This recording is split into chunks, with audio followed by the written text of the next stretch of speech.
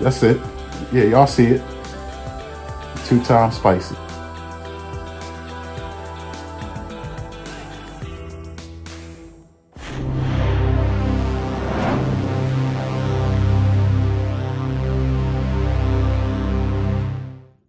Hey y'all, it's me.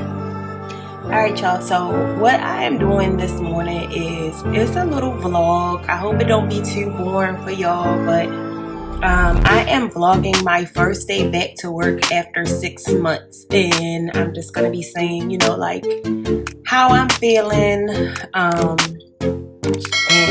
things like that. And I don't know, y'all know, once I start talking, I've become this open book with sharing, because I believe that, you know, it helps somebody somewhere. So let's see, I just clocked in, and what I have to do for my first week or so is to go through all of the emails and, you know, get caught up on my emails, get caught up on my web trainings, and then I'll be sitting in with someone for a couple of days to watch them process so that I can kind of get, you know, reacclimated with everything. And then somebody will be sitting with me while I process, and then seeing like how I feel and where I'm at, and then if I'll be ready to go off onto my own. And then after that, then like all of my work will be QC'd for a couple of months. So I think it's like 90 days, 60 or 90 days. And then, yeah, I'll be back to normal. So we're going to see. I've had a couple of different levels of training under my belt. So it's a few things that I need to kind of remember. Some of it will come back to me, I'm sure. But we gonna see. So, since I've been out for 6 months now, our emails automatically delete after 6 months. So I am missing some emails. But since I've been out for 6 months, I have 3,887 emails that I need to go through. Damn. So this is how I'm gonna start my morning. As far as how I feel, physically I feel okay. Mentally, I feel okay. I'm a little nervous, because when I got this job back in 2021, I started this job, and since I've gotten this job, there has been like things that kind of like happen. And this is a job that I've been trying to get for many years, y'all. I've applied for this company for about a good 5 or 6 years, and I finally got into it, and I was so happy to get into it. But it wasn't what I thought when I got into it. Not in a bad way, just not a fit for me. So I was thinking, but things kept happening. Like I got COVID twice. Then I had my surgery on my feet, which, you know, that was my choice to have surgery. So I guess that was like a selective surgery. Although I was in a whole lot of pain and it was highly recommended, but I did have that surgery. And then when I came back, it's like my mental space just was not right. I've been battling with depression for a very long time, and medically I wasn't diagnosed with it, and I wasn't really speaking of it. I was holding everything in, and I was like driving myself crazy internally. And in March of this year, I broke. I truly broke. There was a situation that broke me. I don't know if or when I will ever really be able to speak about it here. But there was something from my past. When they say trauma, childhood trauma follows you, it can. It really can. It may not follow or affect everybody, but it does. And I have been one who tried to bury this situation. And unfortunately, I was met with a very familiar face. I'll say that brought that up. And that's when I had my very first panic attack, and I did not know that I was having a panic attack at that time. And then from there, my anxiety panic attacks, they just kept coming. That's my code word. They just kept coming.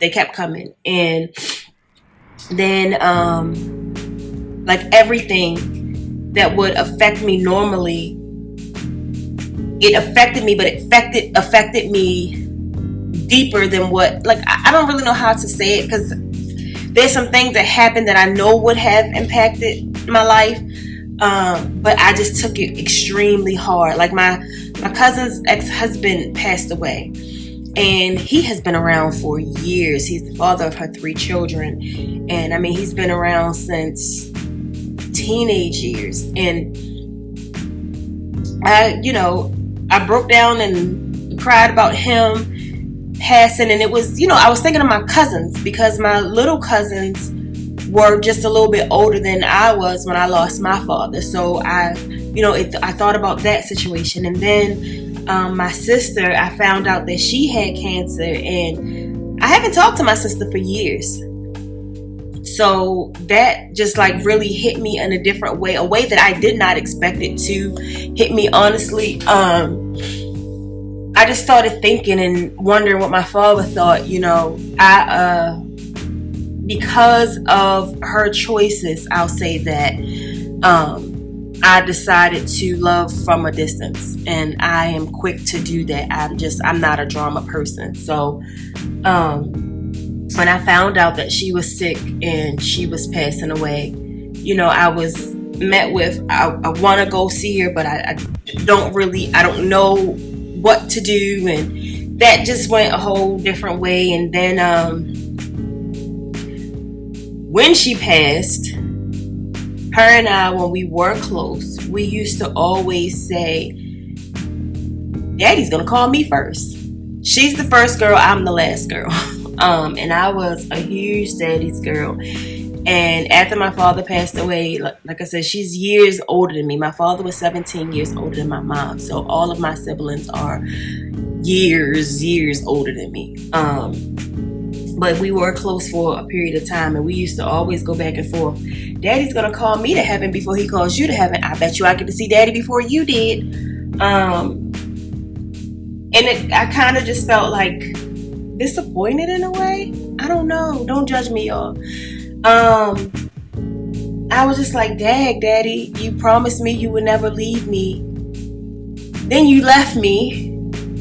And then now I'm here suffering, and you didn't even call me to be with you first. So I went into like a little deeper hole. And then, like I said, being met with a familiar face to someone who hurt me bad, coming up, it was a lot. And I didn't know that jobs took mental health that serious. I've never been faced with it. I've never really dealt with it.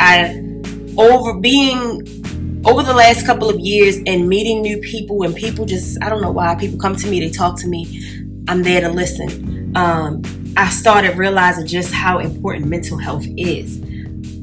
But I always put myself last, so I never considered my mental health. And I was in a bathroom one day at work, and I broke. And when I say broke down, I was talking to another coworker, and I broke down. But what I did not know was that the top manager was in the bathroom. And she went and she spoke to my supervisor and told me that, I needed to take some time. And how I needed to take some time. Because it was also to a point where I would get up in the mornings and act like everything was okay. And when CJ and Deja would leave out for work and school, I would take Deja to school.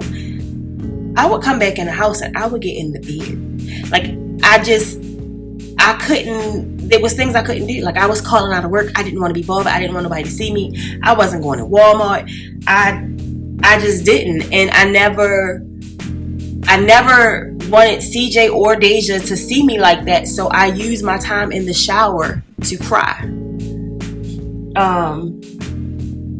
And I would take an hour, 2 hours in the shower, just crying and crying and crying, thinking about stuff and praying about stuff. And it started messing with me in a way of, like, I really started thinking like I just wanted to run away from everything. I wasn't suicidal.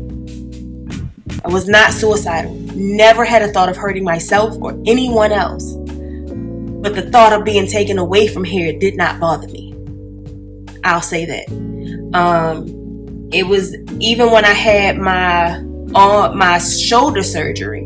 When I had my shoulder surgery, I prayed to not make it through that surgery. That's just how bad I was. But I don't know. Y'all. I'm probably oversharing. Like I said, I don't want to bore y'all, but I do want to share just a little bit of what I've been going through, and this is the mental portion of it. It's not even what I was going through physically. But when I took that time, I decided, once I got into therapy and I was talking to my therapist and I was able to, get up, and I know I said I'm going to work on not calling names, and I'm going to try to stick to that, but there are two people that I met on this platform that, when I say only God put them two women in my life. And I mean, one of them, from sitting up with me for 24 to 48 hours without going to sleep herself because she knew I wasn't okay, to telling me, share your location because I need to know where you at all times. If I, did not answer my phone and did not call back in 15 minutes, my sister was checking my location. Where are you? Why are you at? It says you're at this place. She knew the doctor's office and hospitals that I was at before I would even tell CJ sometimes that I was there. But then she also took that time when she knew that I was using the shower time to cry. My sister wouldn't hang up when I got in the shower. She would say, "Come on, we're going to take a shower." She said, "I got a dookie." And she go sit on the toilet. We be on FaceTime and cut the camera off. She be on her toilet and I be in the shower. And she would talk me through, "Come on, let's get out. Let's get out." And then I have another sister that I met on here that no matter what she was going through or what she had going on, she was calling, texting, and checking. And when it came to my surgeries, she made sure she knew from the time they started IVs to the time I went to the back, to the time I came home, to the time I got discharged. And if I did anything or told her, "Sis, I'm about to do such and such," she was texting CJ to snitch and find out if I was supposed to be doing that. So I am so grateful for them and a couple of other people as well that has just the support has been amazing. It really have. All right, y'all. So while I was talking, I was scrolling down trying to get to the top email and trying to skim through to see if there was anything of importance that I really needed to pull out first. So I'm about to send an email to my supervisor because we have a matrix that we go by with our processing. So we need to process a certain amount of items during a certain amount of time. And because I'm coming back, she needs to update my schedule to offline so that my matrix isn't messed up when I do start processing. So I'm about to send her that. All right, y'all. So that is... that's just the gist of what it's going to be. I'm going to have CJ cut some of this out because this is already 15 minutes. I really only want to do like in the end, I want this to only be like a 20-minute vlog. I don't want to bore y'all. I probably will come back on my break time to do a check-in, let you know how I'm feeling. I may come back and do eat something on my lunch. Ooh, I got an idea because Miss Gorgeous Charlie, she got a salad challenge and she did challenge us. So maybe I'll do a salad for lunch. And I'll come back and I'll record that. So I'll check back in with y'all soon, okay? See you in a minute. Alright, y'all, this is lunchtime. I am checking in for lunchtime. I know I had an idea. Let me take this out. I hope y'all can hear me. Took my earpiece out. I had an idea when I stopped the first clip this morning to have a salad during my lunchtime, but I am not hungry and I'm actually in pain. So I'm going to go and lay across the bed for my lunch break. How is it going on day one?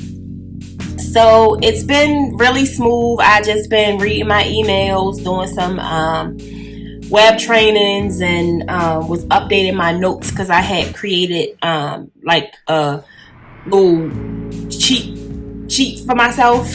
I'm big on having notes, but I'm a little old school. I'm used to having it in paper, but I did create something on the computer, so I was updating that with all of the different changes because we got new systems and everything. So after lunch, I'm going to get on the phone and call our help desk and get myself back into all of the systems. And then I'm going to play around in the systems to try to, see what they look like and maneuver around in them. And that's how I will spend the rest of my day.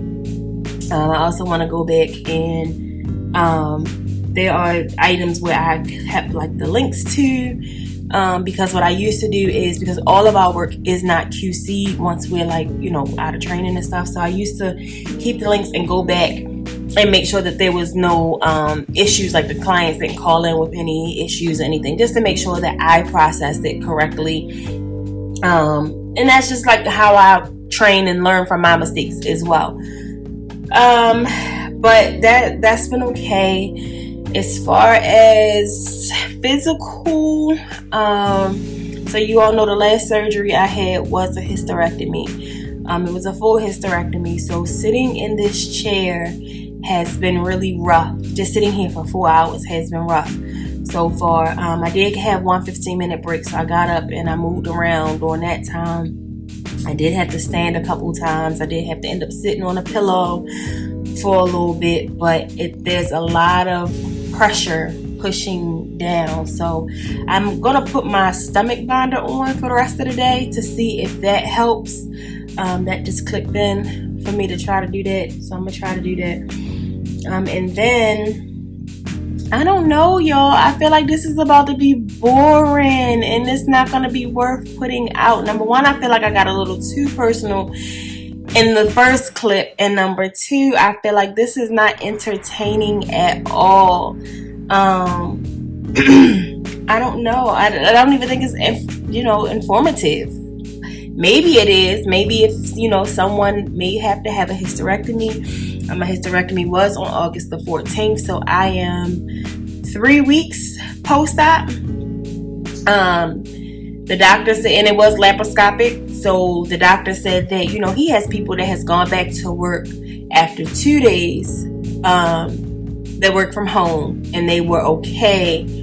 I don't know what their issues were, if they had issues sitting or not. I don't know. I know that my surgery was a bit more challenging than originally planned because of some other issues that they have found.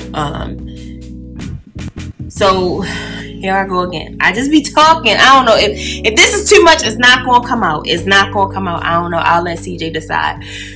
But I think I said this in the first clip. I don't know. But my ovaries were pretty much being attacked by endometriosis, and that's not something that they seen on the ultrasound prior to surgery. So when the doctor got inside to remove the uterus and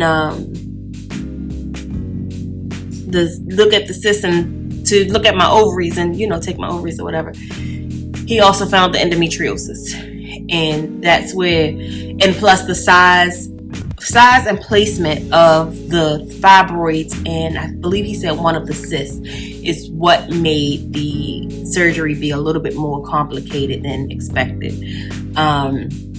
But overall, I feel okay. It's not a whole lot of pain, but it is like pressure. I feel a lot of pressure. Now, what is in pain is my shoulder. So my surgeon for the shoulder surgery, He did not want me to go back to work until September 17th because he wanted me to have a good month and some change of physical therapy under my belt.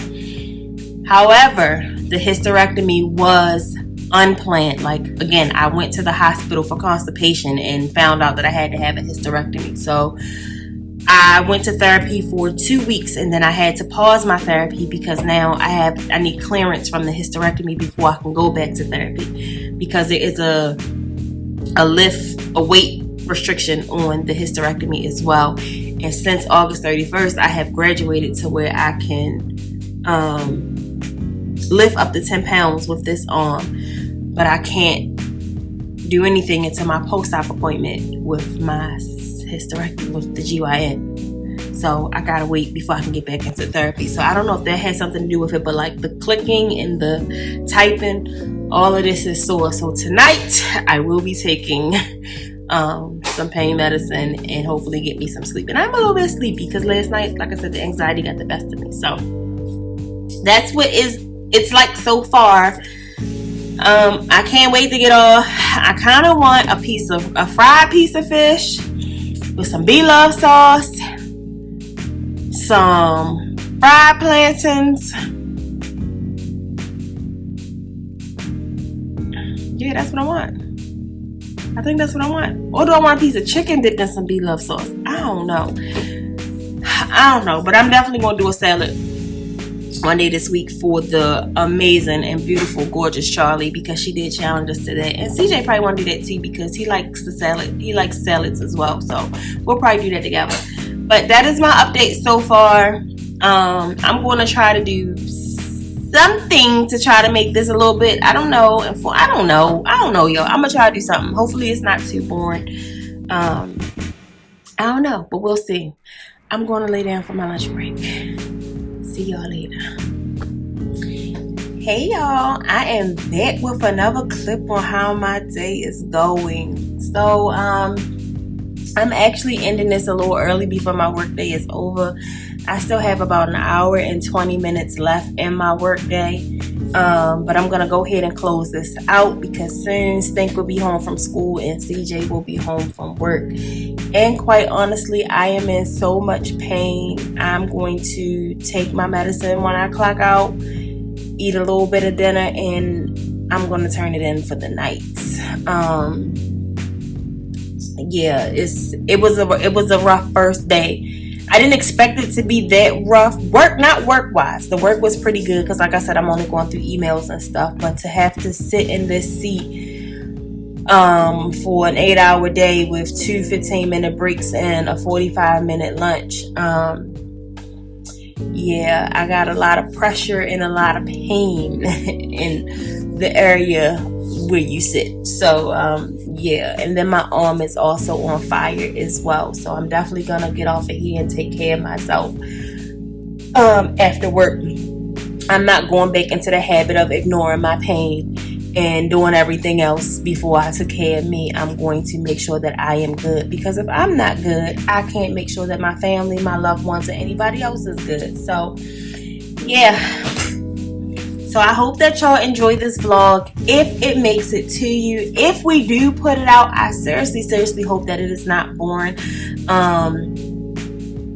And everything that I put out is not for any type of sympathy. It's really just because for so many years, even at the age of 38, when I go through things, I feel as though I am going through it alone. Excuse my living room, y'all. I'm sorry. I just realized the living room is back there. And we was doing laundry and I ain't folded nothing yet.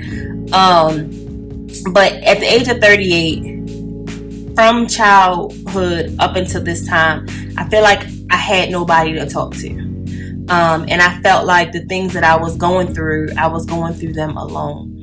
And it wasn't until I came on the YouTube platform where I learned that although I may not be going through the very same thing that somebody is going through, it's something that's still relatable, and it my story was able to help them, their story was able to help me, and that's what has made me feel comfortable in sharing. And then also, like I said before, our big brother Debo, you know, him being so open about what he's going through, and just knowing that opened up so many doors for some people to be like, oh my gosh, you know, now I found somebody. So that's all that this is. It's not for empathy at all. It's like my little diary, and just a way of connecting with others that may have gone through something that I have gone through, and maybe we can help each other, because suffering from childhood or past traumas is a real thing, and I am trying to defeat trauma and not allow trauma to defeat me. So that is my goal going forward. So that is why I have been kind of like, I've become this open book. I used to be very, very secretive, but YouTube, this platform with the genuine people that we have met, it's kind of helping me to open just a little bit. Some things I won't put out because it's just too personal, but some things I don't mind sharing. I don't mind sharing, again, to just, you know, that connection, and maybe to help somebody, and somebody may have gone through it that can help me. So I hope y'all enjoyed this vlog. This was my first day back at work. I may do another one where it's actually my first day back in the office, which will be next week after I have my post-op appointment for the hysterectomy. So I may have y'all come along with me with that, so y'all can see my doctor and hear what he say, and then see how it is with me in the office for the first day. So hope y'all enjoy. Make sure you tell somebody that you love them, because tomorrow is not promised. I don't want this to be too long, so I'm not going to go into the announcements, but everything will be in the description box below. As far as our Thanksgiving giveaway, this is Slaytember, so hashtag Slaytember. Make sure you check out all the members of Slaytember. They will also be listed in our description box below. Make sure you tell somebody that you love them, because tomorrow is not always promised. And remember, me and CJ love y'all. Bye.